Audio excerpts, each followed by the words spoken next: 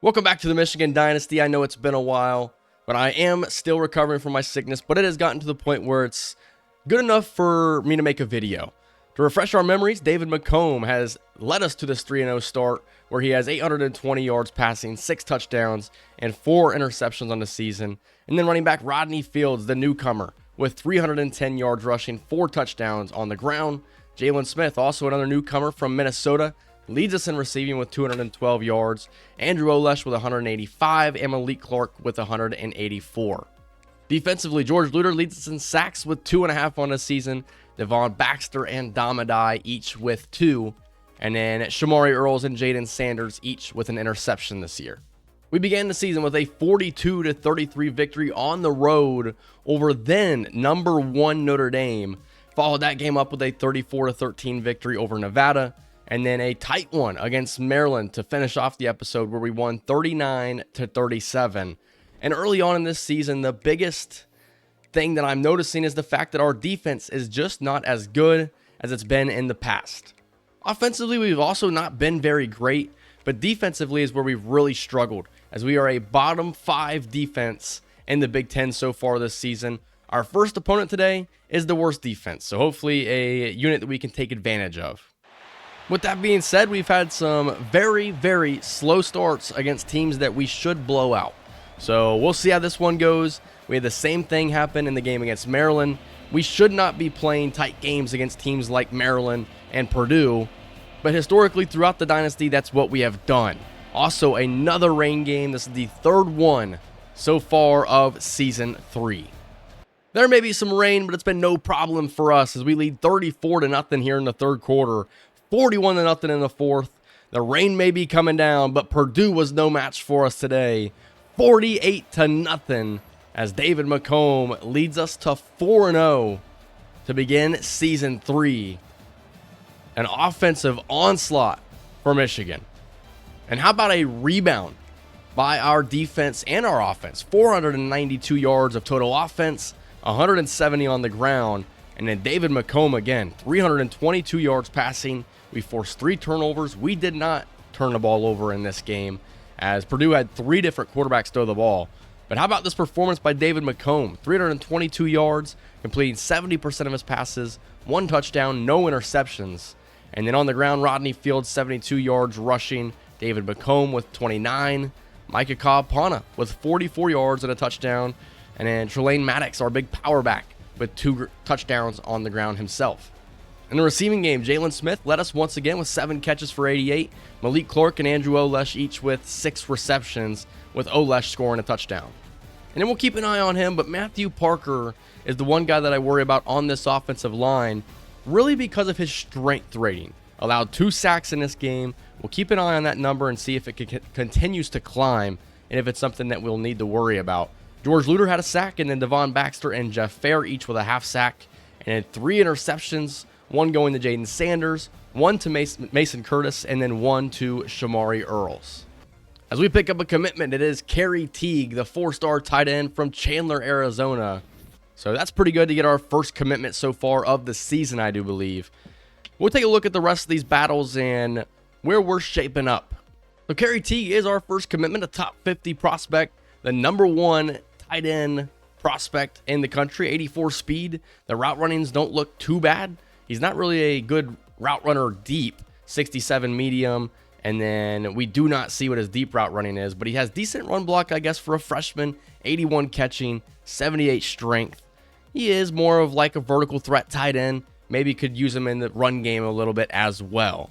But taking a look at the top of our board, Marquez Cormier we're in first place for. That is the number 3 recruit in the country. Rashad Uzama is the number 1 quarterback. We're in first place for him. We're also in first place for the number 1 tackle, Taylor Bawanka, where Virginia Tech does have a visit scheduled. We are in first place for the battle for Earl Ransom, the number 2 tackle in the country. We were able to pick up number 1 and number 2 in last year's recruiting class. It'd be pretty cool if we were able to do the same thing in this one. Taylor Bawanka, more an agile type, which we definitely like to see. He's able to help out in the run game. And then Earl Ransom is more of that pass protector, where his run blocking may not be a strong trait of his. Timmy Traore, we're in first place for him. He's the number 7 guard. Josh Wren is the number 3 center. He's also a gem. We're in first place for him. Devon Couch, also in first place, and we have a week 6 visit scheduled. Dakota McCoy is the number 1 defensive tackle. We're in first place for him as well. We've unfortunately missed out on Eddie Candidate. He was a number 5 tackle. He's going to Notre Dame, the team that we beat earlier this season. In the battle for Russ Amerson, this is the one battle that I'm not really feeling too good about. We're about to hit the top 3 stage, and Oregon has a pretty sizable lead on us. At this point, I think it'd be beneficial for us to bring him in on a visit and see if that can make a difference. Cole Mappa, the number 5 corner, we are in first place for him. Roland Presley, the number 5 safety, also in first place. Bobby Hedgie in first place, but Penn State is right there behind us. These are these running backs that we're trying to go after here, trying to find the best one available.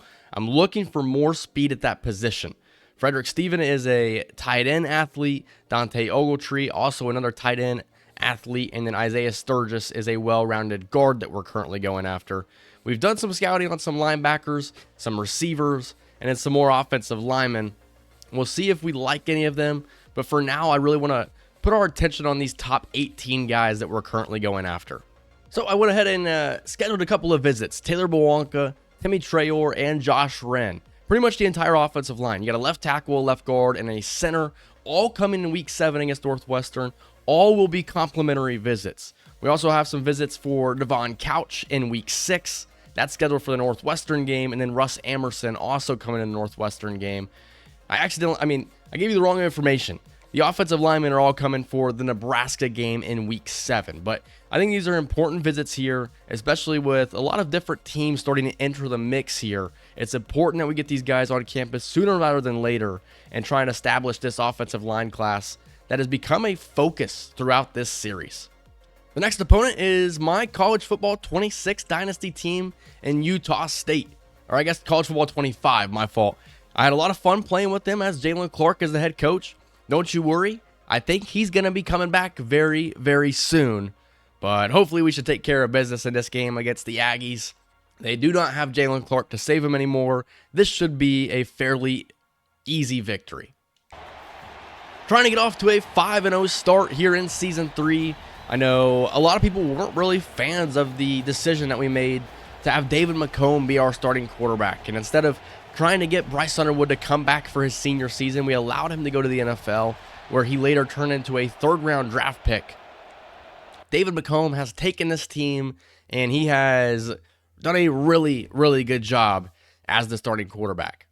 The goal is definitely to get to some gameplay in this video, but with these first couple of games, I don't anticipate them being close, and if we can just take care of business, I don't really feel the need to hop in, as we have a 35-3 lead here in the 4th quarter, up to a 45-3 lead, and Utah State did a better job than Purdue, so hats off to the Aggies, but it's another dominant victory for the Wolverines.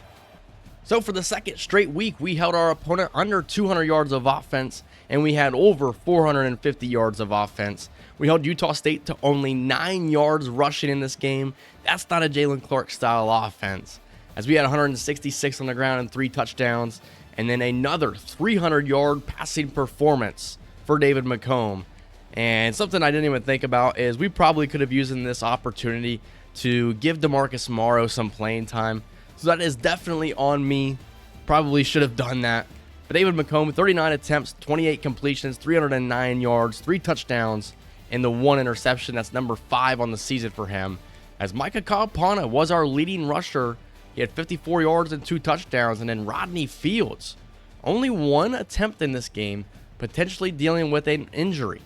Andrew Olesh, 8 catches, 84 yards and a touchdown. Malik Clark, 6 for 72. And then Jalen Smith, another excellent game. 6 catches, 101 yards, and 2 touchdowns. Freddie Westbrook had a couple of catches along with Micah Kalpana. And then Dom Brewski, 1 catch for 8 yards. Matthew Parker, good bounce back game for him. Did not allow a sack in this one. And then defensively, Devon Baxter, 3 sacks for him. A sack for Jeff Fair, George Luter, and Danny Henson. And then Shamari Earls and KC Heyman each come away with an interception. But through 5 games, that's 3 interceptions for senior corner Shamari Earls. Once again, I do apologize for not getting DeMarcus Morrow into either of these games. I think that if we get another blowout in this episode, he's definitely going to get some playing time. But I don't really hate myself for trying to get David McComb some more playing time himself. After that victory, we're up to the #1 team in the country.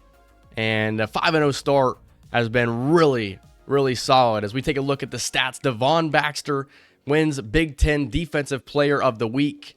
And then looking at the stats, David McComb with 1,400 yards passing, 10 touchdowns, 5 interceptions on the season. He's averaging 290 yards passing per game. I think that the decision to allow him to be our starter has worked wonderfully. Rodney Fields dealing with an injury, and it looks like he is going to miss some significant time as he's dealing with a torn pectoral. He'll be out for the next 33 weeks, and that will end his career in a Michigan uniform. And it's quite unfortunate. He only got 141 carries last year with Oklahoma, and then only one season did he have over 100 carries. And so far this season, I think he had been playing really well for us. So to see Rodney Fields have a college career-ending injury is a bit unfortunate for him. Micah Kaapana will now be running back #1 as he's 5 overall points lower than Rodney Fields, but he was our starter a season ago, and I do have faith that he can get the job done. 3 receivers over 300 yards on a season, Andrew Olesh, Malik Clark, and Jalen Smith. And then defensively, after the 3-sack performance, Devon Baxter leads us with 5.5 sacks, and then 3 interceptions for Shamari Earls. So we have 2 visits scheduled for this matchup, with Devin Couch and Russ Amerson both visiting for this matchup against Northwestern, where hopefully we can take care of business in this game as well and make the first 3 games of this episode go by fairly quickly. And I don't know what it is about in real life with these seasons that are currently going on. As far as football went, and then basketball, obviously. I'm a huge Michigan basketball fan as well. Northwestern just loves to give Michigan trouble. We were down by like 16 against Northwestern in basketball. We were able to come back. And then in football this past season at Wrigley Field, we about blew it against Northwestern. This is a team that plays Michigan very, very tough. So if I expect us to get off to a slow start in any of these matchups, this is probably the one. And we are off to a pretty slow start. 2 field goals for Northwestern. And we're in the second quarter before we finally get some points on the board. The score is 7-6. Man, what a game for Northwestern. This is a team that just loves to play very competitively, as it is 20-6 now. If we could pick up one more touchdown, I would love to put DeMarcus Morrow in. Not going to happen. 23-6 is the final. Not a game that we really needed to worry about, but we're trying to cover a lot of ground here in this episode. It's been a long time since you guys have gotten an episode, so I feel like I owe it to you. As we're 3-0, we will get some gameplay in the next one as we take on Nebraska, which is going to be a very tough matchup. But at a 23-6 victory, I like how the defense has just really started to dominate, holding Northwestern to under 100 yards of total offense, under 0 yards of rushing. What a performance by our defense. Our offense, on the other hand, really struggled, and David McComb really struggled. 13 of 36 passing, completing only 36% of his passes for 151 yards and 3 interceptions. That is not good. That was a struggling performance by David McComb. Micah Kaapana, 129 yards on the ground. David McComb did have a rushing touchdown in this game, and then Trelane Maddox had a touchdown as well. I know that Don Bruschi should probably be moved back to running back, but their ratings get messed with a lot when you try and do that, in season when you're not doing it in the position changes screen. So that's the only reason that I'm not doing it. Jalen Smith, 75 yards receiving. Andrew Olesh and Malik Clark both had 34 yards receiving. And then defensively, George Luter with a 3-sack performance. Devon Baxter with 2 sacks. Dion Mangum with 1. Danny Henson with 1. But he now is dealing with an injury. And then Dama Dye with a sack. Hopefully the Danny Henson injury is not long-term. But Mason Curtis also with an interception in this game. But that is a 3-0 start to the episode. And immediately the first thing that I want to check on when we get back to the main menu here is the injury to Danny Henson. And it's a dislocated ankle where he will miss the next 7 weeks. So hopefully if we make a playoff run, we can get him back for the playoff run. Rodney Fields We'll place him on the injured reserve. Not really sure what that does, but we will do that anyway. And then hopefully we can get Damadai to really step it up in the absence of junior defensive tackle Danny Henson, one of the best players on this team. I also just wish that when you went to the depth chart, you were able to put in receivers as your running backs. I just don't understand why in last year's game and in this game, you just can't do that. It makes no sense to me. It's pretty frustrating. Also, like, why can't you do two-way player stats? Why can't you keep guys' stats on defense and offense? Not that we have a player that's able to do that. I just really wish that you could use the depth chart the way that you wanted to. But at defensive tackle, it will be Jeff Fair, and then Damadai, the redshirt freshman from Detroit, Michigan, will be expected to kind of fill in here and take over that role that we saw Danny Henson take on. So we'll see if that victory was enough to bring in any commitments. Russ Amerson, who we were in second place for, battling it out against Oregon, is the one guy that I'm really curious on. We do bring in four-star guard Timmy Traore from Hodgenville, Kentucky, and that is our only commitment of the week. So no commitment out of Russ Amerson. We'll see where we stand in that battle, though.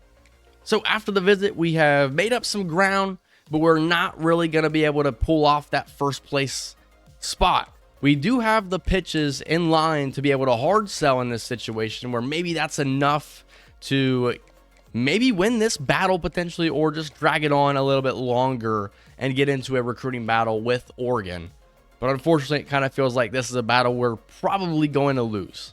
And I think it's my fault, because I think I was probably able to hard sell, but I thought I had already had a hard sell on him, so I hadn't done it yet. So it's probably my fault, the reason we're going to lose this battle against Oregon for Russ Amerson.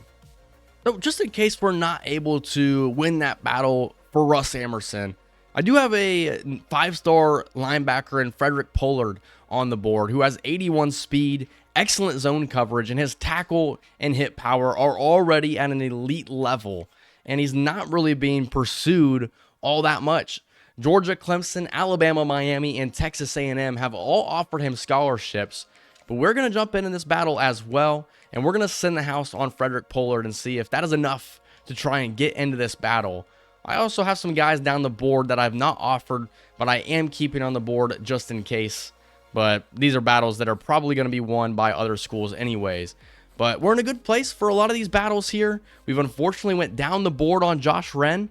We've now hard sold on Josh Wren, so hopefully that's enough to get back into this battle.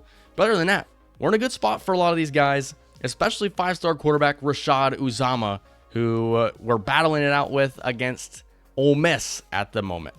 So the opponent now is Nebraska, and they have had a really solid start to the season, beginning 5-1. They're 2-1 in conference play, and this is a team that has really taken a lot of time to get going. Their only loss is a blowout loss against Penn State at home. So Penn State's a team that looks like they're looking to get back to the conference championship game. They're looking to get back to the college football playoff.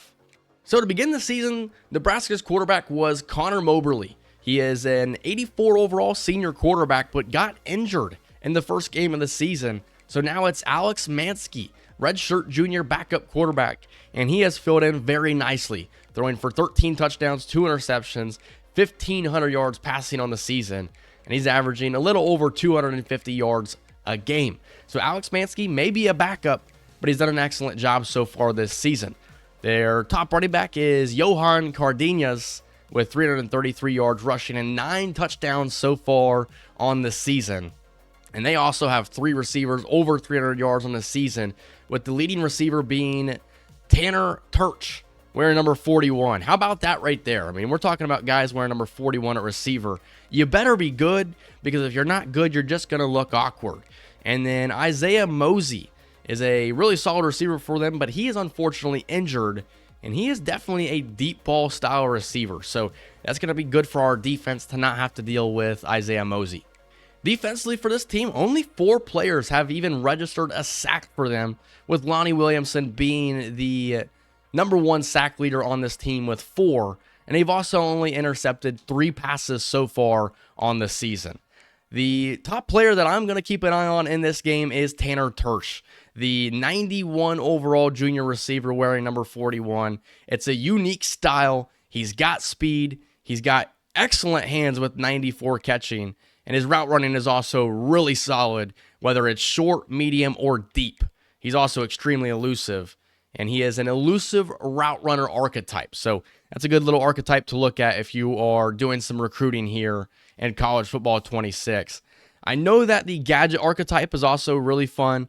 And then looking at Tanner Tersch last year, had 86 catches for 1,400 yards and 16 touchdowns. So he's not even having a level performance that he had last season, and he's off to an excellent start. So how about this guy right here? He is a guy to keep an eye on in this game. Fortunately for us, this is a home game, but it's not going to be an easy one against the Cornhuskers. It is the game of the week. Number 14, Nebraska versus number 1, Michigan. So how does junior quarterback David McComb respond after throwing 3 interceptions against Northwestern a week ago and now taking on a much better team in Nebraska? Our defense has been on an absolute heater the past 3 games, holding opponents to under 200 yards in each of them. This is a big one over Nebraska for a chance to move to 7-0 and 4-0 in conference play. Typically, I'd like to simulate a couple of possessions to begin the game, but with the injuries that we've seen to Rodney Fields and then after the 3 interception game for David McComb, I want to get this offense on the field immediately and see what we can do against this really solid Nebraska defense. So Micah Kaapana with the opportunity to start at running back again here in his career, and he's going to be taken down for a loss to begin the offensive day for Michigan. Dombrowski in the slot here, a player that I do want to get a lot more playing time, and I think next season he will get that playing time, as that one is complete to Jalen Smith for 10 yards, and that will bring up a 3rd and short. On 3rd down, here comes Andrew Olesh in motion, and Jalen Smith is wide open underneath for a 1st down, his 2nd catch in as many plays. Kaapana the back, he gets to give, and Kaapana's got space. Micah Kaapana with a huge run. Inside the 20 and all the way to the 9-yard line goes Micah Kaapana. Kind of felt like he probably should have been the starter to enter this season regardless, but we brought in Rodney Fields through the transfer portal. He has now suffered a season-ending injury, and Kaapana is now RB1 yet again. That brings in Trelane Maddox at running back now from the 9-yard line. Play fake to him as McComb gets out, throws the touchdown to Andrew Olesh. What a play call, and Olesh gets Michigan on the board early. Dion Mangum with a huge interception as it gives us the ball at the 45 of Nebraska. First quarter quickly winding down here in this game as Nebraska takes over at the 41-yard line. As here's the give to the outside, and it's a TFL for George Luter, his 3rd tackle early in this game. Keep an eye on number 41, Tanner Tersch, lined up in the slot as they look to throw the screen, and George Luter bats it down at the line of scrimmage. That'll bring up 3rd and 13. Again, now watch for Tersch. He is the guy that is going to receive a lot of targets in these situations. 3rd and 13. Time to throw. What a pass, but it's broken up by Jaden Sanders. A 3-and-out for the Michigan defense. Dion Mangum again, another interception.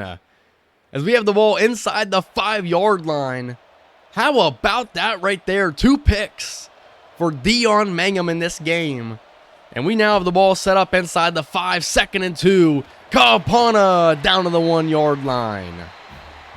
After the 1st down brings up 1st and goal, McComb gets out of the pocket, and he's just going to run it in. Probably could have thrown it across body to Malik Clark, but you never know what could happen in those situations. How about a passing touchdown and a rushing touchdown here for David McComb in the 1st half as he hits the gritty. There's a sack for Devon Baxter. He is really having a great season so far, and it's another 3-and-out for Nebraska. They've really struggled early in this game to get any momentum going. As we take over at the 41 of Nebraska, as they are showing pressure up the middle here, as we're going to give this one to Kaapana on 2nd down, and he has close to a 1st down. So 3rd down and 1, looking to convert here and continue on this drive. And that is Trelane Maddox wide open. Trelane Maddox up the sidelines. Touchdown, Michigan. How about this start right here against a top 15 opponent in Nebraska? 20-0 Michigan leads here in the second quarter. I mean, in this situation right here, Nebraska just sold out to stop the run. And it was an excellent play call. And there was nobody to stop Trelane Maddox from finding the end zone. Nebraska with a big play to get across midfield here. And they desperately need to find some sort of momentum here on offense. What do you do if you are the Cornhuskers? 1st and 10, time to throw, and he finds his target. And that is a huge catch all the way to the 23-yard line. Alex Mansky has really struggled in this game, but when you struggle, you need to look for Tanner Tersch. After the huge play, Nebraska has the ball at the 23-yard line. Deion Mangum's looking for pick number 3, but it's a touchdown for Nebraska. Big-time response for quarterback Alex Mansky after throwing 2 interceptions. You're only down by 3 scores. That was a perfect opportunity to get back in the game, and that's what they have done. Dom Brewski, 27 yards, and we're already to midfield, looking to find some points here before the end of the half. 1st down and 10 here as Jalen Smith is wide open, and he's got a 1st down to the 37-yard line as Lucas Austin shaken up on the play. Clock stops after the injury as Malik Clark comes in motion. He's got space, and Malik Clark with a 7-yard pickup to the 30-yard line. Forgive me because I have so much mucus built up that it is hard to commentate here so far in this game without getting congested. As Malik Clark is wide open deep, but we might have gotten it to him a little too late. No, we didn't. Touchdown, Michigan. Malik Clark mosses the defender. He had beaten him off the line, but we had just saw it too late. We had been looking right to left by the time we had gotten to Malik Clark. I thought, man, we found him too late. But contested catches ability out of Malik Clark. Great job by Malik Clark.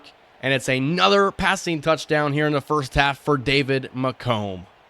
As Nebraska's drive stalls out, they had gotten across midfield here. But with 57 seconds and all 3 timeouts, we're going to try and score again here, up by 21 points, but it's important that you don't make a critical mistake that you're going to regret later. As McComb is going to get out of the pocket here. Can he outrun the defender? No, he cannot. Dawson Merritt on the sack, as that will back us up 2nd and 20. And at this point, there's no real need to try and hurry up here. We'll throw this one underneath. It's Freddie Westbrook on the reception, as Nebraska will call a timeout. 24 seconds here. Like I said, no real need to kind of hurry here. We're just going to take the sack. We'll punt it away and hopefully just take it to the half, where we have a 28-7 lead, and that's exactly what will happen. All right, a couple of big passes here for Nebraska on this possession, and they now have it in Michigan territory, trailing by 3 scores. So it's now or never here for Nebraska. They need to start finding some momentum here. Drop back passing game. It's a blitz off the edge, and it's Devon Baxter with another sack. How about the year that he's having so far? That'll back Nebraska up all the way to the 49-yard line, 2nd and 16, as I thought they were going to throw it, and I thought I had baited them perfectly. It's a 5-yard pickup, 3rd and 11, upcoming for Nebraska. I really just want to pick up another interception with Deion Mangum. Not really sure that's going to happen. They're going to run on 3rd and 11. This is a team that's just playing extremely conservative. They're not playing to try and get back into this game at the moment. It's like damage control. You know, you don't want it to become time to make the college football playoff, and then the committee looks at your resume and sees that you got blown out. Again, they're just not able to get points, although they were in Michigan territory, as that's a huge fumble. And Nebraska now takes over as it's goal to go for the Cornhuskers. A huge mistake by Michigan may have just now resulted in Nebraska getting back in this game. This one thrown to the end zone and incomplete, broken up by Shamari Earls. 2 tight ends in the game. They run it, and Cardenas is taken down at the 2-yard line. Again, 2 tight ends in the game here. 3rd and goal from the 2-yard line. Michigan looking for a stand defensively. Turch, touchdown, Nebraska. And they're back in it. After a huge mistake on offense, we now need to respond. And that's not going to help. It's an interception for Amari Sanders. What are we doing on offense right now? Nebraska takes over at the 25-yard line of Michigan. Back-to-back critical mistakes on offense, as that's a huge play. George Luter on the TFL. And this happened last year in the college football playoff against Notre Dame, where we had this huge lead, and it felt like this is going to be a blowout victory. And we just blew it down the stretch. This one dumped off to Cardenas out of the backfield, and he picks up 9 yards. 3rd and short upcoming. Big-time play upcoming here for the Nebraska offense. Mansky drops back, has time to throw across the middle. 1st down, Nebraska, down to the 5-yard line. Again, forgive me for the congestion. I'm trying to get a video out for you guys. It was this or I don't get a video out. 1st and goal, Cardenas, touchdown, Nebraska. 28-20, and it's now a 1-score game. And now a 3-and-out on offense. Nebraska takes over, but an excellent punt and an interception by Mason Curtis down to the 1-yard line. He was unable to punch it in. You just had to put your head down and pick up 1 extra yard. Was unable to do it, as we'll hand this one to Kapana, who tries to reach, and he's not in. Kapana's had a pretty solid game overall today. 2nd and goal now. McComb on the quarterback keeper, and he's stuffed. And that'll take us to the 4th quarter, where the score is 28-21. A touchdown here would put us in a situation where I'd feel pretty confident that we're going to be able to get the job done. 3rd down and goal. Freddie Westbrook comes in motion. It's a pitch to Westbrook. Touchdown, Michigan. And that makes it a 2-score game again. The 3rd catch of the game for Freddie Westbrook. There's a big-time sack. It's George Luter off the edge, and that'll force Nebraska to punt the ball. This is a huge possession right here for us. If we can find a way to get some points, David McComb, 39-yard run to the 30-yard line. One more score here, whether it's a field goal or a touchdown, would make it a 3-score game, and in my eyes, put the game away. 2nd down and 13, as Olesh is wide open, and just, that's a tight window to try and fit the ball in right there. I like the idea. That's just a tough pass to try and complete.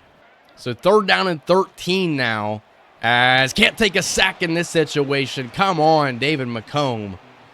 So it's a 55-yard attempt. Chad Dennis, the junior kicker, has been pretty good for us so far in the season, in the Dynasty. As this 55-yarder is up, does it have enough leg? It does. A 17-point game here for Michigan with under 10 minutes to go in the 4th quarter. And there was a big turnover right there. An interception for Jaden Sanders. And now up by 17. I want to bring in DeMarcus Morrow. 2nd down and 8. Give to Herschel Turner up the middle. And he picks up 4 yards. So a 3rd down upcoming. And we're going to bring in DeMarcus Morrow to get some action in this one. Should have done it in the games earlier, but I didn't. As this one's caught by Malik Clark. It was the wrong read. But you can't lie. The throw power ability by DeMarcus Morrow allows him to fit those kind of passes in there. 1st down and 10 at the 13. Clark. Touchdown, Michigan. DeMarcus Morrow hooks up with Malik Clark. And that extends our lead even further. And at this point, I think we can just ride the wave home. A long drive here for Nebraska, but they do hook up with Tanner Turch and pick up a touchdown to make it a 45-29 game. Not too worried the rest of the way here, as there's a penalty on Nebraska, and now a fumble, and Nebraska takes over. Jalen Pierre with the sack, followed by a short rush. Another short rush. Nebraska's just trying to get out of here and not allow anybody to get injured. And it will be a 45-29 victory for Michigan over number 14, Nebraska. And we now move to 7-0. David McComb is your player of the game. Had 5 total touchdowns in this one. Under 200 yards passing, but, you know, he did his job. Unfortunately, did throw an interception and I'm pretty curious if he was the one that fumbled as well. So we held Nebraska to under 300 yards of offense. We had 330 yards of total offense. And it looks like our defense has really just turned their season around. And now they look like a dominant group. David McComb, 4 touchdowns, 1 interception, 191 yards passing. DeMarcus Morrow was 2 for 2 for 28 yards and a touchdown. Got his first of his career, so that's pretty cool to see. Micah Kaapana, 77 yards. He did fumble the ball along with Herschel Turner. So David McComb wasn't the one that fumbled. So we'll cut him some slack there. Jalen Smith, 45 yards. Malik Clark, 73. And then Andrew Olesh kind of had a quiet game today. Trelane Maddox had that 1 touchdown catch of 36 yards. And then defensively for us, we have a dynamic duo off the edge in Devon Baxter and George Luter. Both of these guys have been really good so far this season. Jalen Pierre also had a sack, and then Dom Adai had a half sack, and now he's injured. So 2 of our defensive tackles injured. Hopefully that one's not a long-term one. As we picked off Mansky 4 times in this game, as it was a dominant 16-point victory over a top 15 opponent. And we're now off to a 7-0 start. We knew that the schedule entering this season wasn't extremely difficult. So the idea that we are dominating this schedule shouldn't come as a surprise to anybody. Brady Prescorn got injured in that game, and then Jeff Fair got injured, Danny Henson. So we have, like, our entire defensive line is banged up. Dom Adai, you got to imagine, will probably be dealing with some wear and tear. So 2 of our best interior pass rushers, or, interior defensive linemen, are injured, which means we're going to rely on some young guys here down the stretch. Dom Adai being one. Bobby Kenka is a redshirt junior we can rely on here. We do have Kyle Joseph as well, but I'm pretty sure we have some defensive tackles that we are redshirting. Yeah, Damian Harvey, but I don't think he's going to get playing time here. So I want Ted Hammond to get playing time over Bobby Kenka, because Kenka's strength is just not high enough. 82 strength is not high enough. So it will be Ted Hammond who's going to get really his first playing time of his career at this point. Ty Boss is also somebody you could see play here as a pass rusher, but injuries are going to be the one thing that is kind of holding this team up here at the moment. But one player I want to highlight is David McComb. He's had an excellent season so far. He was a transfer portal addition from Bowling Green, and he's been really, really solid for us. I know a lot of you guys probably wanted DeMarcus Morrow to be the starter, but overall, I think that David McComb was the guy for the job. He had better abilities to get out of the pocket and make plays, and that's why I chose him. He has about the same accuracies as DeMarcus Morrow, but his ability to make plays outside of the pocket was a lot better than DeMarcus Morrow. Has turned the ball over maybe a little too much, has 9 interceptions on the season, but he's only been sacked 10 times through 7 games. So he's done an excellent job at avoiding sacks. He's also got 5 rushing touchdowns on the season, and he's overall had a really strong season. Like I said, has struggled with the interceptions, only has 1 game this season where he didn't throw an interception, and he has 2 multi-interception games. So, hopefully the interceptions don't come back to haunt us, but overall, I think he's had an excellent season. All things considered, of course. I mean, obviously 9 picks through 7 games, you could sit here and say that's terrible, and I wouldn't disagree with you. That's a lot of interceptions. But all things considered, he's had a pretty solid season. We do pick up 5-star Marquez Cormier from Hogansville, Georgia, after that visit. We also pick up 5-star tackle Taylor Bwanka from Virginia Beach, Virginia. We also pick up 4-star center Josh Wren from Bakersfield, California, and now we are putting together a strong recruiting class. Jaden Sanders is your Big Ten Defensive Player of the Week after his performance, as the next game is against number 24, Washington. We are in a recruiting battle for Bobby Hedgie, as he's the one running back that I want out of this class, and unfortunately kind of feels like we may miss out on him because these recruiting battles typically don't end well. Russ Emerson, we're also in a recruiting battle for him against Oregon. But again, these recruiting battles just typically don't end well. So we'll see what happens. But regardless, we're in a good position for a lot of these guys that we're currently going after. We're going after 17 guys, and that's where I'm going to call it quits. If they're in a spot where we can hard sell, we'll hard sell. But other than that, I'm not going to look to go after anybody else. The big thing, I think, is just man, we just need a running back, and we need a running back desperately.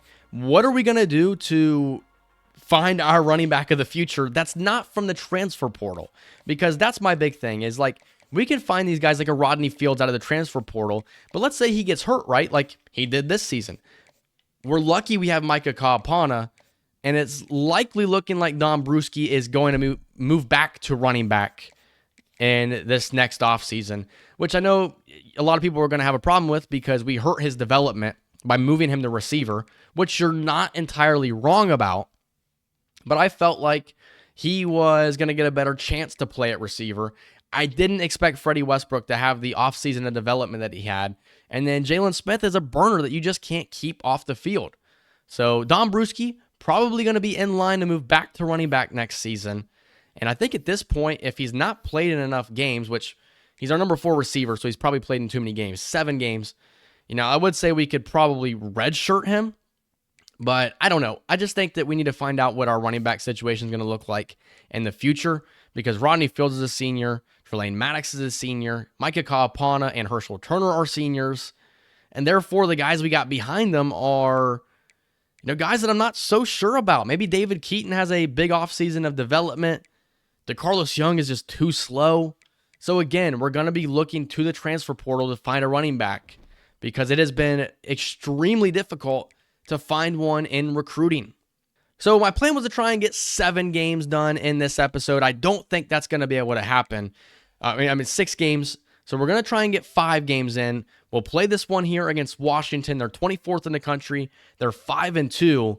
And then the next episode will be Wisconsin, USC, Michigan State, and Ohio State, who continues to struggle in this dynasty. I don't get it. I don't know why they're so bad, but they are. And I hate Ohio State just as much as the next Ohio State hater, but it's not good for the dynasty when your biggest rival is just garbage. Taking a look at Washington, Treston McMillan is the quarterback, and he looks really good. 2,295 yards passing on the season, 24 touchdowns, 2 interceptions. There's a good chance he might be a Heisman candidate. Their leading rusher is Daniel Bray, has 545 yards in a season. And then Cooper Perry, Audric Harris, and Landon Bell are the 3 receivers to keep an eye on in this game. But I do like their quarterback a lot looking at him. 3.5 sacks for 3 guys in this defense. And then Dylan Robinson with 3 interceptions. But yeah, Treston McMillan, redshirt junior, looks really, really solid. His throw on the run is really good. And he's actually a better passer the farther he throws the ball downfield. 92 throw power. He's got really good IQ. His carrying is a 98. So he's somebody you would definitely expect to get out of the pocket and try and make plays with his legs. He's now been the starter for Washington for 3 years. And right now, this is the best season that he's had of his career, passing for 327 yards per game. He's utilizing his legs. And like I said, I'd be shocked to see if he's not a Heisman candidate. And he's not, so I'm shocked. Damon Williams transferred to USC, where he's now the starter for them. Tavian St. Clair plays for Boise State. Former Michigan quarterback Jaden Davis is in the Heisman watch. He plays for Coastal Carolina. What is this Heisman watch? What is this Heisman watch? This is ridiculous. Anywho, let's take on Washington and look to move to 8-0. This is a trap game. This is the definition of a trap game. It's a good opponent on the road. You had to go all the way across the country to play them. We'll see how we handle ourselves here. I think we have some tough games down the stretch. Michigan State's always going to be a tough one. USC, they're currently undefeated. And then Ohio State, always going to be a tough one as well. But if we can go 5-0 here in this episode, I'd be extremely happy with this performance. We've dominated everybody we've played. Can we do it again against the Huskies? Just like that, 25 yards, and we're already in Washington territory, but a huge penalty followed by another penalty by Matthew Parker has us all of a sudden back to our territory, 1st and 25. I'm going to hop in here because I think we still have a chance at salvaging this drive as Freddie Westbrook up the seam, 22 yards. What a pass by David McComb. So we definitely have a chance at salvaging this drive. As here is McComb, as he's going to get out of the pocket, throw this one to Kaapana, who picks up the first down. So, back-to-back negative plays, you're able to make up for it in just 2 plays and move the chains all the way to the 23-yard line of Washington where you're now threatening. As Andrew Olesh is going to be overthrown. Thought we had him. 2nd down and 10 after the incomplete pass, and McComb's going down. He's sacked back at the 28-yard line. And that'll bring up a 3rd and 14 for the Michigan offense. Opening possession of the game, Smith, 1st down Michigan inside the 10-yard line. That one was thrown with excellent anticipation. And it's 1st and goal to go Michigan. Such a tough stadium to play at because of the shadows off of the bleachers. It's a touchdown for Michigan. Micah Kaapana. And what a response. Back-to-back negative plays after back-to-back penalties. And then you were able to just capture lightning in a bottle with David McComb and march down the rest of the field and make it a 7-0 ball game. There's a huge interception for Mason Curtis. And again, what is this defense doing? They are suffocating opponents. Time and time again, we've seen it. They struggled to begin the season, but now have found their groove as Kaapana with an excellent juke and a 1st down carry to the 13-yard line. 1st down and 10 now. McComb on the keeper. McComb all the way to the 2-yard line. See, DeMarcus Morrow just doesn't have that game in his arsenal. He's not a scrambler. He's not got the ability to really run the ball. As this one, Freddie Westbrook, touchdown, Michigan. And the only thing that I ask now is, can we just keep our foot on the pedal? Let's not let up here. Let's not become conservative and allow Washington to get back in this game. As there's a 19-yard run for Daniel Bray. My controller is beginning to die, and now Washington moving into Michigan territory. This is where we'll hop in to check on this Washington offense that has 3 excellent receivers. They have a, in my opinion, Heisman caliber quarterback that should be in the Heisman watch, but has been kind of overlooked so far this season. Treston McMillan. He's beginning this game 2 for 4 passing.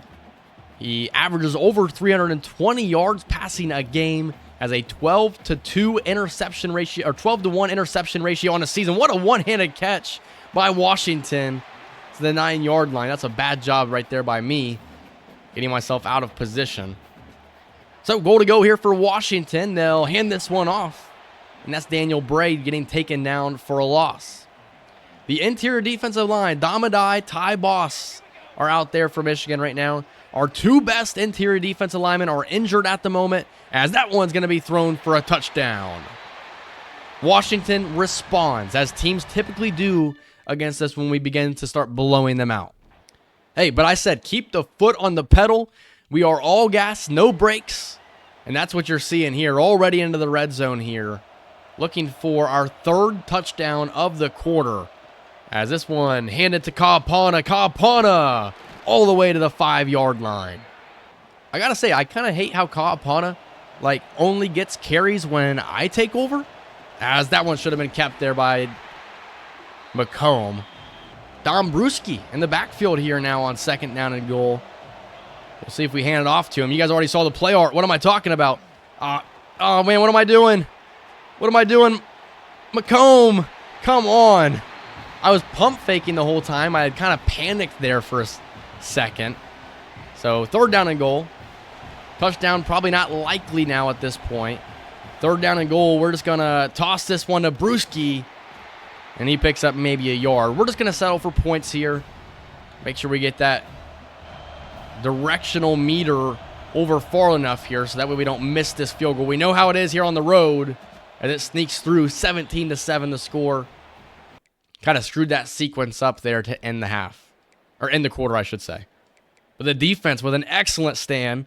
And now a couple of plays in a row, we got a 1st down. I'm hopping back in. So 1st down and 10 now. Westbrook with an excellent route. And he had to come back to the ball. A poorly thrown pass there by McComb. I don't know why I keep wanting to call him Morrow. 2nd down and 10 now. We're going to set up the screen. Here is Kaapana. He's got blockers, a convoy, and Micah Kaapana to the 33-yard line. It has been all Michigan here early in this game. 1st down and 10, play action. He's wide open. It's Malik Clark inside the 10-yard line of the 7. 174 yards here for David McComb here in the first half. How about the performance by McComb? As trying to set up the screen, it's off the fingertips of Kaapana. That brings up second down and goal now. As Olesh, you got to stretch the ball out right there. First down, down to the 1 yard line. Third and goal upcoming. Trelane Maddox, the big power back in the game, and that's going to be held short. And David McComb is shaken up at the end of that play. And I'm telling you right now, we are not going to be kicking a field goal. That's DeMarcus Morrow entering the game now at quarterback after the injury to David McComb. We toss this one out. Maddox, touchdown Michigan. And now you have to worry about the health of your starting quarterback, David McComb. Another 3 and out for this defense, as Treston McMillan and this Washington offense have not been able to get anything going. As we'll get the ball back here. And we are already at the 39-yard line of Washington. So I'm hopping in already, which is a good thing because we want to see if David McComb is healthy enough to give this a go. As it stands right now, he is dealing with a right leg injury. We'll see how his passes look, but I don't want to keep him in the game if he's going to struggle. Olesh is wide open all the way to the 16-yard line. I'm starting to think if we go up 31-7 here, it may not be a bad idea to potentially just take him out anyway and put DeMarcus Morrow in. So first down now, play action. McComb's going to get out of the pocket. Throws, that's picked off. I threw it way too late. Come on, that's just got to be a better play there. One, I didn't expect McComb to be able to even get out of the pocket. Yeah, that's just a big-time mistake on me. I had to bail. I couldn't have stayed in the pocket right here, but I could have thrown it there. Because right there, as Freddie Westbrook is wide open, I waited until he was now double covered, essentially. Big-time mistake. We still have a 17-point lead in the way our defense is playing. I don't think it's going to really come back to haunt us. 4th down and 3 here. It'll be interesting to see if Washington tries to go for it. They are going to go for it. Under 5 minutes to go here in the second quarter. I think they're running the ball all day here. They got 4 tight ends in the game. 4th and 3. They do run it. And what a play by Mangum. The rest of the defense is able to corral them. And it's a huge turnover on downs for the Michigan defense. And hopefully David McComb can bounce back. He's been an interception throwing machine so far this season. And he throws another one. And Washington scores in one play. Landon Bell with the 40-yard touchdown reception. It just really feels like David McComb's ability to not take care of the ball is going to come back and haunt us at some point. 4th and 1 upcoming, and Washington's going to punt. So I'm not going to hop in that situation. I think if you're Washington, you just have to be happy that it's a 10-point game in the second half when it probably should be 31-7. As they're faced with an early 3rd down, and they're going to have to punt the ball away. And we're going to punt the ball right back to them, and Washington takes over. They have it 2nd down and 9. Our inability to not turn the ball over is what is keeping Washington in this game. It's not the fact that Washington's played well on offense. Our defense has dominated them. 2nd down and 9 now. As it's going to be a sack. It's George Luter with the sack. He's dominated this season.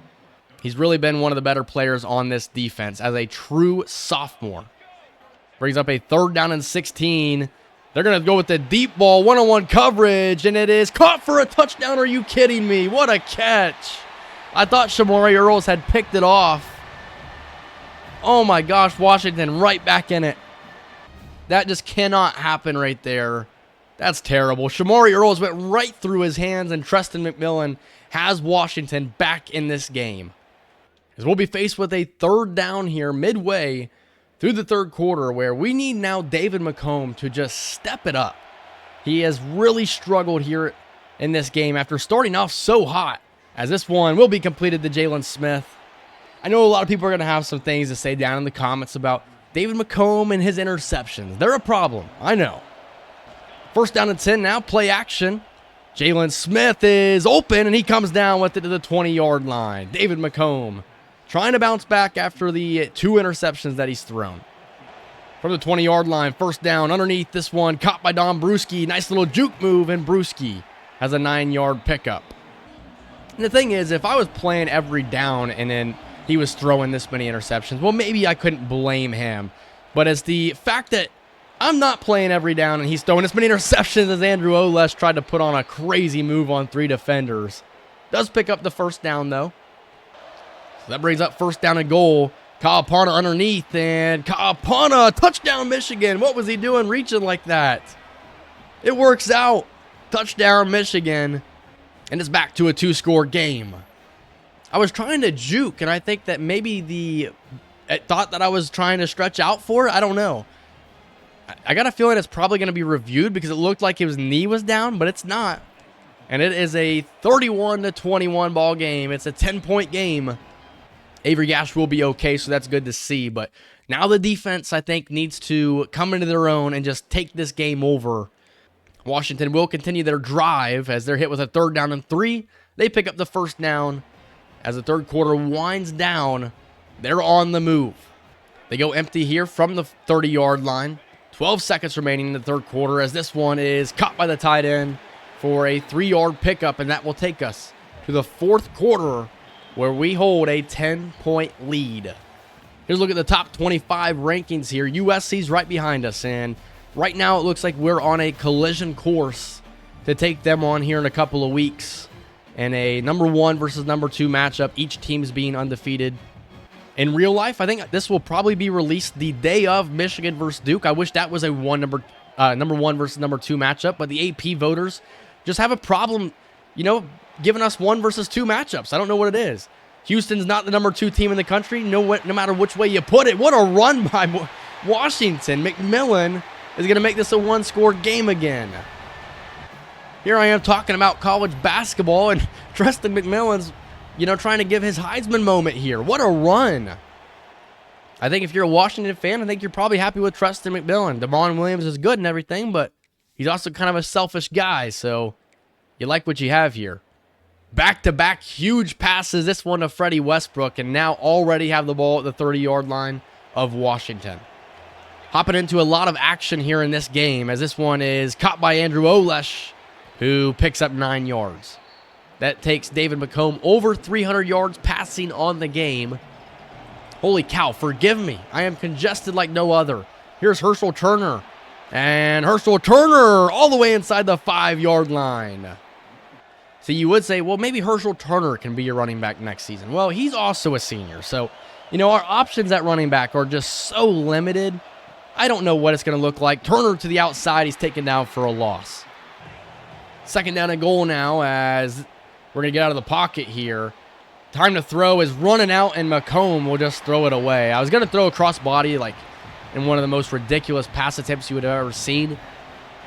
As their corner is lined up offside, so I think we're going to throw this one. It's picked off, not going to matter.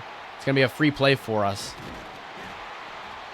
Not really sure why the AI continues to make mistakes like this.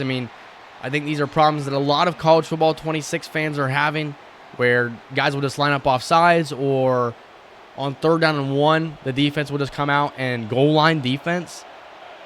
And these are problems that have not been addressed. So I don't know what's going on. Pass is going to be broken up, though, and that's going to bring up 4th and goal. At least make them score a touchdown. I think that's the right call here in this situation. 4th and goal, kick is up, and it is no good, but there's a penalty flag. And it looks like it's going to be coming back. It's a roughing the kicker on Washington. What a terrible mistake by Washington. You can't even feel bad for him. Yeah, McComb really reaching for that right leg there. If you watch that back, he was reaching for his right leg. That is the part where he is struggling with wear and tear. And I think at this point, DeMarcus Morrow is going to come in and finish this game. I don't think that we're in a position where David McComb needs to be out there finishing this game. So DeMarcus Morrow comes out there now. Andrew Olesh just left the field with an injury. So Kyle Fredrickson is out there at tight end and not going to get in. 3rd and goal upcoming.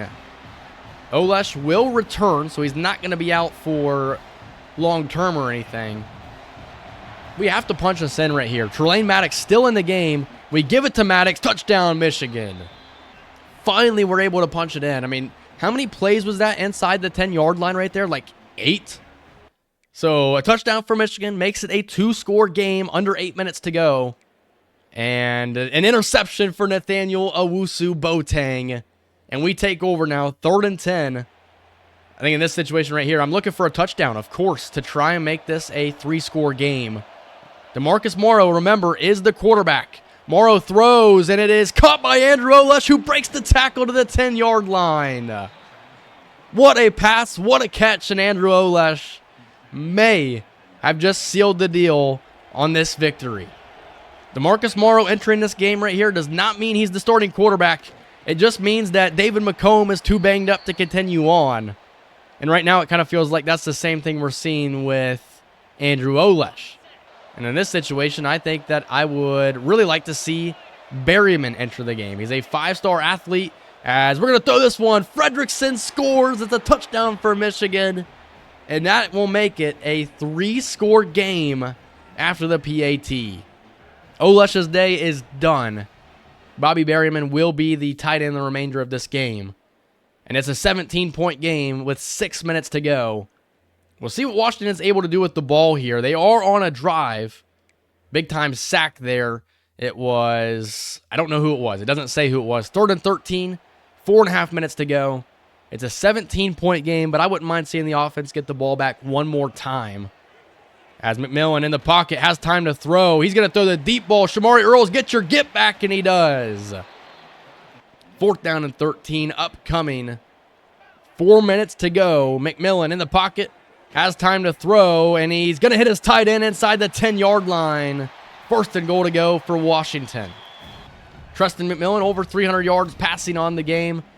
That's what he does. He throws for about 327 yards per game, and he's at 329 today. So, you can't beat yourself up for allowing a lot of passing yards with a guy like this because he just does this on a week-by-week basis. And you're winning by 17 points, so don't beat yourself up too much, obviously.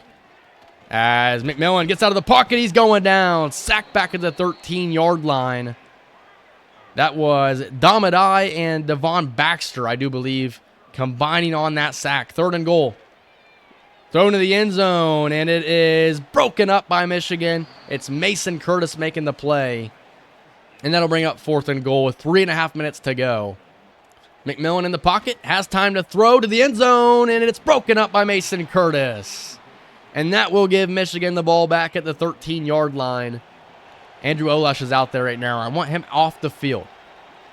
I want Bobby Berryman to go out there, get his first playing time of the season, as he's wearing the red shirt so far this season. Trelane Maddox picks up 9 yards. So there is Bobby Berryman at tight end. 2nd down and 1. Maddox, spin move, and it's a 1st down.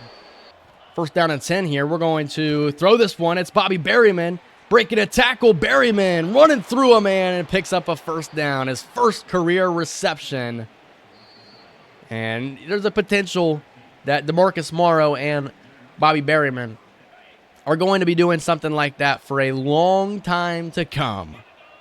1st down and 10 now, as here is Westbrook, and he'll pick up no yards. It's a loss of 1. 2nd down and 11 now, as we're going to drop back to throw. Morrow throws this one. It's caught by Jalen Smith, and he's got a 1st down to the 46-yard line. And unfortunately, he got out of bounds, so the clock will stop. You gotta be smarter than that right there. Malik Clark might burn his defender here.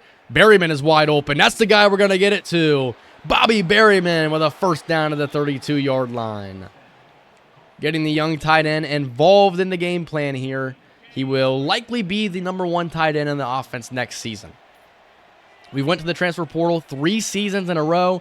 I think at this point, I'm happy with what we have on roster as Bobby Berryman gets his 3rd reception of the drive. And just giving the young tight end the opportunity to get his first playing time of his career. And with 7 seconds to go, this will likely be the last play of the game. As Westbrook moves in motion, Berryman is open, and he scores the touchdown. Bobby Berryman.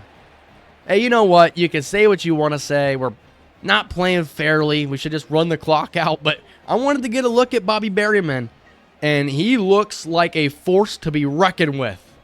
There's no reason that pass right there should have been caught. But the 79 overall true freshman, he did it. And he looks really good. He looks really, really solid. It was good enough for me to want to watch this play back. It was an excellent play call design. and Berryman had immediately got behind the linebacker. I went with a high pass. I hit LB, and Berryman showed the ability to go up and get the pass and then fight through the contact and not even go down. He's 6'7", like 250 pounds. He's going to be so good in the future. 548 yards of offense. We held Washington to 395. They didn't run the ball well, but they did pass the ball all over the field, which is to be expected. Treston McMillan, 3 touchdowns, 2 interceptions, 329 yards passing. David McComb, 2 interceptions. He also threw for 327. And it was really good other than the 2 interceptions, but DeMarcus Morrow was really good. He's not going to be the starter, though, so don't start getting all hyped up about him becoming a starter. It is still going to be David McComb. But this is, one thing I will say, is that this is very encouraging for me because we are looking at a 5-star quarterback at the moment in Uzomah, and I wasn't sure if Rashard Uzomah was going to be our new starter next season, or when David McComb graduates, I should say. DeMarcus Morrow has gotten this playing time, and he's actually looked really, really solid. He's got star development, and this is just reinforcing the idea that DeMarcus Morrow is our guy, and he will be our guy. It's just going to take some time for him to become our guy. He's going to be a backup. He's going to develop, but he's going to be really good in the future. Andrew Olesh looked good. Jalen Smith looked really good. Freddie Westbrook. Bobby Berryman, 6'7", 230. He's probably more like 250. He had a touchdown. 4 catches on that possession. Micah Cobb-Parnett and Kyle Fredrickson each had a touchdown as well. And then defensively, George Luter with a sack, and then Nathaniel Owusu-Boateng, Damadai, Connor Hyman, and Devon Baxter all had a half sack in this game. And then NOB and Mason Curtis each had an interception. Not really sure how long this episode is going to be, but it should be enough content to hopefully make up for my absence. If you can't tell, I think at this point you can tell, I'm still pretty sick, so, you just have to forgive me for the congestion. You have to forgive me for the nasally voice. Trying to get some content out. Trying to get back into a routine here as we pick up the commitment of Devon Couch. This is a 5-star, or Devon Couch. Is it Devon or Devon? Because we're calling Devon Baxter. Devon Couch, 5-star from Michigan. So that's a huge pickup there for us. As I just saw 2 terrible losses for us in recruiting. Mason Curtis, Big Ten Defensive Player of the Week. But yeah, we did have 2 huge losses here in recruiting. First one being Russ Emerson. He's going to Oregon. And then Bobby Hedgie is going to Penn State. So we now must pivot and really kind of lock in this battle with Frederick Pollard, which would now mean we're going after 15 guys. We have a total of 18 seniors. We obviously know the transfer portal is a place that you're going to really look to improve. So, I'm not really mad if we don't have a real huge high school class. Maybe on my off time, I'll look through the recruiting and see if I can't find some guys that intrigue me a little bit. But as it stands at the moment, we're the number 1 team in the country. We're 8-0. We have a couple of teams right behind us in USC at 7-0, Oregon at 7-0, UCLA at 7-0. Penn State's also really good. I mean, the Big Ten is very top heavy, and then you get to these guys down here at the bottom, don't really look too good. We have Wisconsin and Michigan State and Ohio State remaining on the schedule. Those are easier opponents. USC is the one team that I think will headline next episode, and it's the team you really want to watch out for because I think that's going to be a really, really good battle. Here's a look at the stats. 8 games into the season, DeMarcus Morrow has done good off the bench, but David McComb, maybe DeMarcus Morrow should be a starter. I keep saying him instead of David McComb. Anywho, McComb, 2,000 yards passing, has 11 interceptions so far on the season. Really got to focus on the turnovers here down the stretch. Micah Cobb-Parnett, and now your leading rusher with 415 yards and 6 touchdowns. Jalen Smith, Andrew Olesh, and Malik Clark have all been really good for us so far this season. And then defensively, Devon Baxter and George Luter, each with 9.5 sacks so far on the season. Mason Curtis with 4 picks, and then Jaden Sanders and Shamari Earls with 3 interceptions. Dion Mangum 2, Casey Heyman, and NOB each with 1. But one thing I want to look at here before we wrap up this video is the stats so far in the season for us. I think the offense had some really strong moments in today's episode, which now puts us more towards the top of the conference as far as yards per game goes. We're middle of the pack in passing, and then towards the top in rushing yards per game. And then defensively, I think the defense had an excellent episode. Top 4 in scoring defense. Yards per game, we're number 3 in the conference. Passing yards per game, we are number 6. And then rushing yards per game, we're number 2, just behind Oregon. 34 sacks, leads the Big Ten by 11. And the defense was really the headliner of today's episode. Although David McComb is going to be the one that you guys see on the thumbnail, the defense really headlined in today's episode. But that's going to do it. I'm glad to be back. I hope you guys enjoy this video when it does come out. If you're watching this on Saturday, I can't wait for the Michigan-Duke game. Leave me a 1 in the comments below if you think Michigan's going to win. Leave me a 2 if you think Duke's going to win, and then I'll go ahead and block you from there. I'm just kidding. Have a good day. If you enjoy this episode, leave a like, comment, subscribe, and I'll see you in the next one. See you, everybody.